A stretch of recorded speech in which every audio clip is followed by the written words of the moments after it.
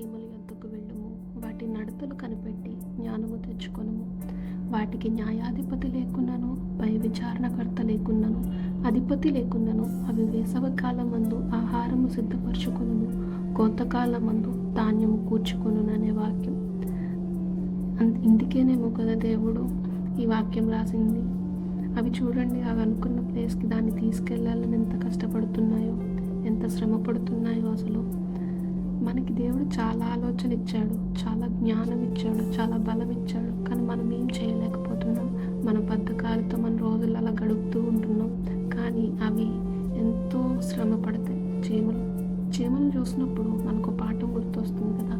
అవి చిన్నవైనా ఎప్పుడూ అలసిపోకుండా, క్రమం తప్పకుండా శ్రమతో ముందుకు సాగుతూ ఉంటాయి. మనం మనుషులుగా క్రమంలో ఉన్నాం. దేవుడు చెప్పిన క్రమం మనం ఫాలో అవ్వం, కానీ అవి ఒక క్రమంలో వెళ్తాయి. ఈ కొత్త సంవత్సరంలో మనం చీమల మాదిరిగా చురుగ్గా కష్టపడే స్వభావంతో, పట్టుదలతో మన లక్ష్యాన్ని మనం సాధిద్దామా? దేవుణ్ణి అడుగుదామా, అయ్యా నాకు చీమల వంటి జ్ఞానము, చీమల వంటి క్రమము, చీమల వంటి శ్రమపడే తత్వము నాకు ఇవ్వా యేసయ్యా. నన్ను అభిషేకించవా తండ్రి, నాకు జ్ఞానం ఇచ్చి నడిపించవా